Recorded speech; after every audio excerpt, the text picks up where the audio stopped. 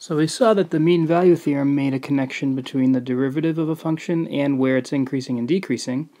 Now we can actually use that information to figure out the local maxes and mins of a function, and then perhaps the absolute maxes and mins as well.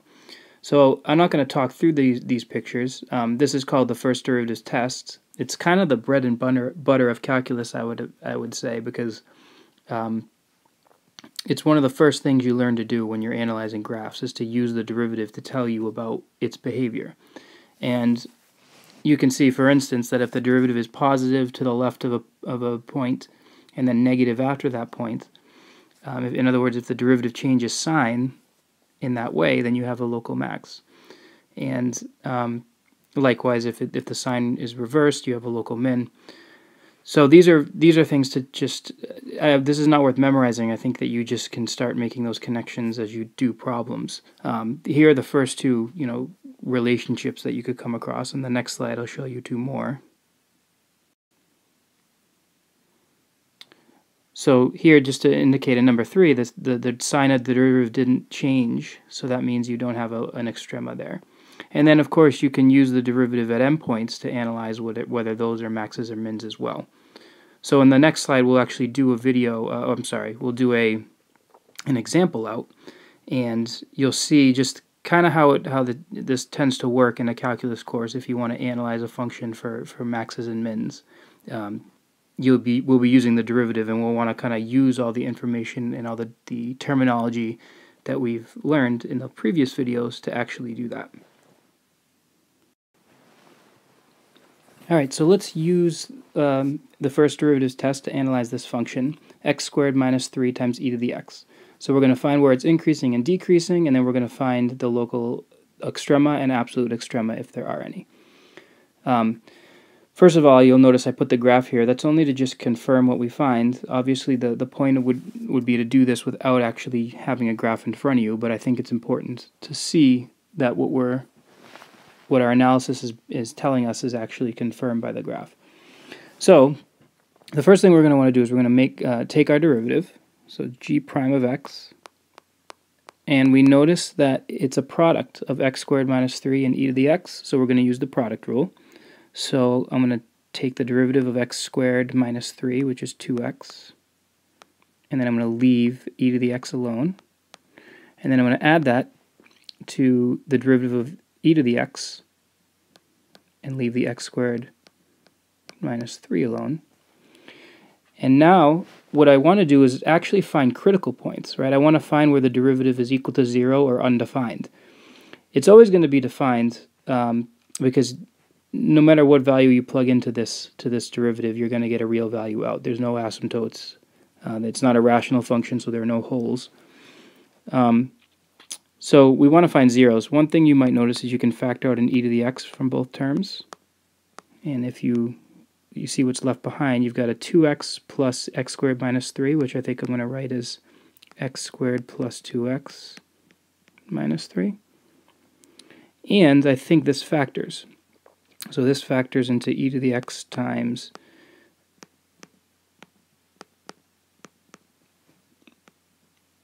x plus 3 and x minus 1.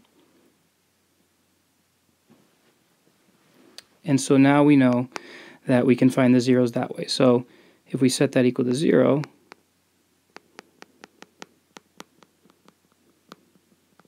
e to the x can never be 0, but this is 0 when x equals 1 and when x equals negative 3.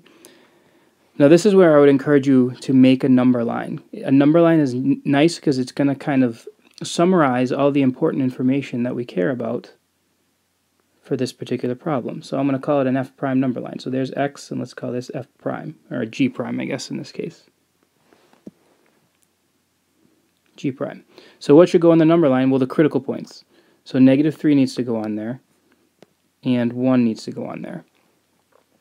Now what we want to do is we want to evaluate the derivative on for x values in between negative 3 and 1. So, and to the left and right of those. So in between, I always start with the easiest one. In between negative 3 and 1, there's a convenient number to use, which is 0. So g prime is 0. g prime of 0 is, if I plug it in, you can plug it into any version of the derivative. I guess I'll plug it into this one here. So that's e to the 0 times 0 squared plus 2 times 0 minus 3, which is 1 times negative 3, which is negative 3. So we don't really care so much about the value, just whether it's positive or negative. So I'm going to put a negative sign in here, because 0 is in that interval, and the derivative is negative there. Let's pick a number to the right of 1. How about 2?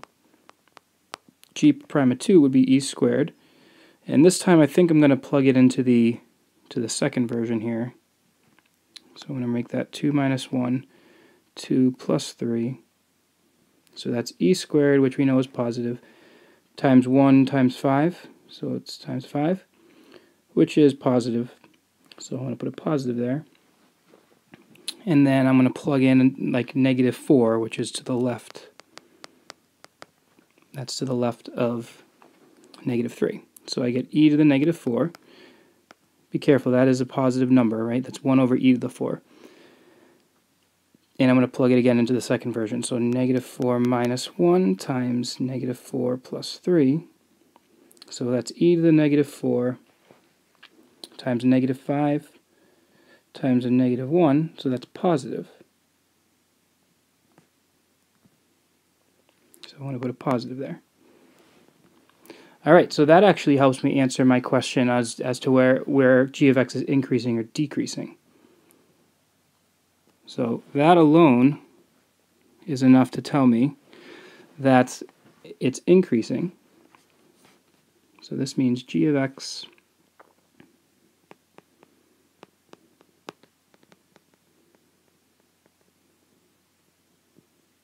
is increasing from negative infinity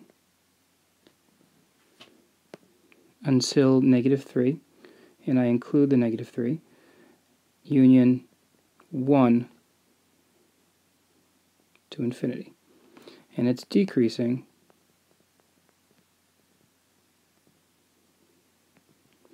on the interval negative 3 to 1.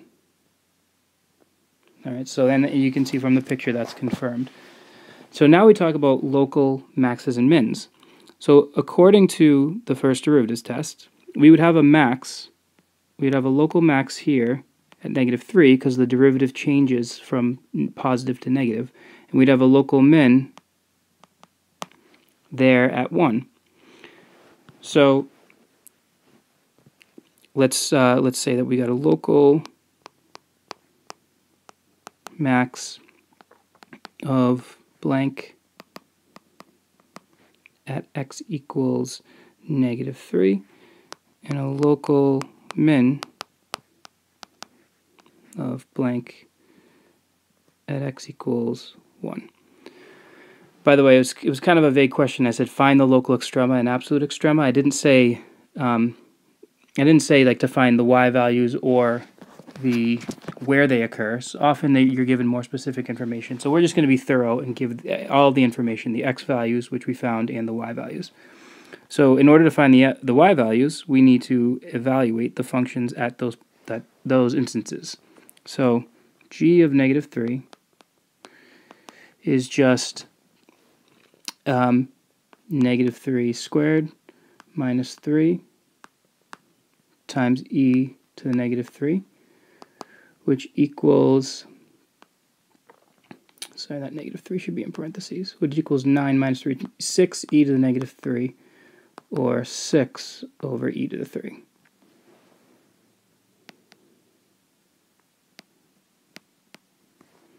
And a local min at x equals 1, so let's plug in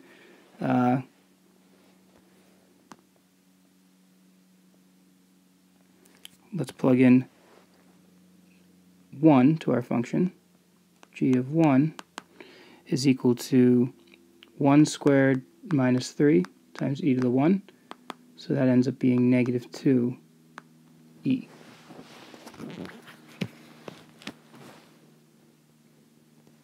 Alright, so now we've got all the information about the local extrema. The last question is to find the absolute extrema. And again, we can see that there's an absolute min here. and no absolute max from the picture, but we have to pretend we don't see that. So what kind of analysis would you do to find an absolute extrema? Well, you would need to analyze this function in terms of its behavior everywhere on its domain. So for instance, we know we got a local min at -2e at x equals 1. The question is there any values, are there any values higher or lower than that? Well, let's just identify the behavior of this function as x goes to infinity and as x goes to -infinity. We know there are no more maxes and mins. We know there are no more local maxes or mins because they have to happen at critical points.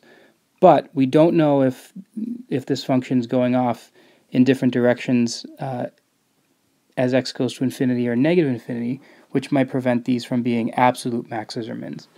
So if you take the limit as x goes to infinity of x squared minus 3 times e to the x, the first thing you notice is that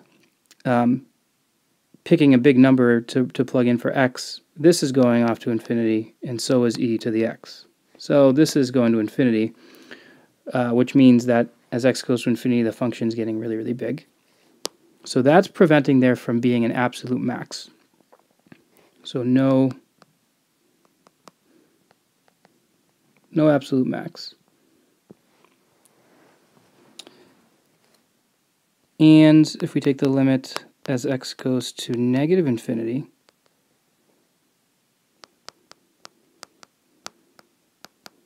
well,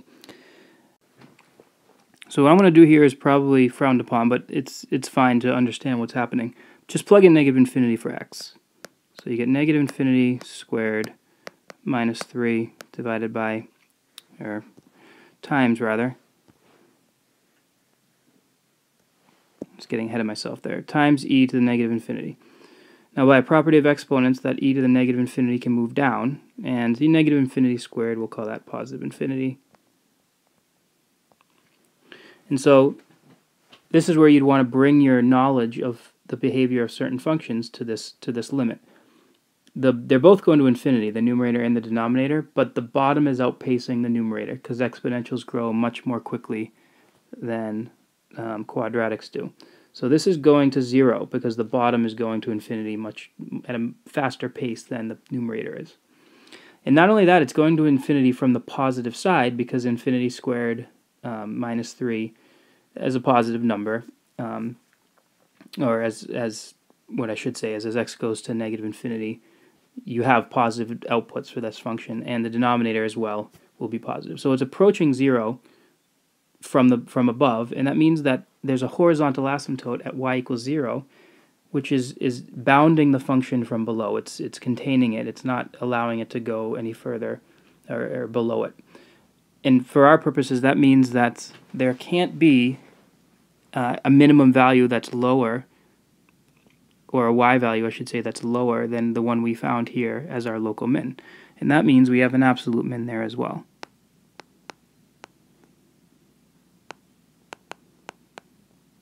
So it's absolute min and a local min there. So that was some subtle reasoning at the end that helped us determine whether or not that minimum we found was an absolute min. It turns out it was because of that horizontal asymptote that's keeping the function's value above 0. So that wraps up this example. It was kind of long. I'm just noticing that, but it's a kind of an important one, and I think it's important for you to take away from this that you'll want to have some sort of good habits and good routines to use when you do analysis like this. And I guess the one thing I want to point out is this number line is very useful because in the absence of a graph, it's what you're going to want to use to summarize the information about the function and therefore make the correct conclusions about the function you're analyzing.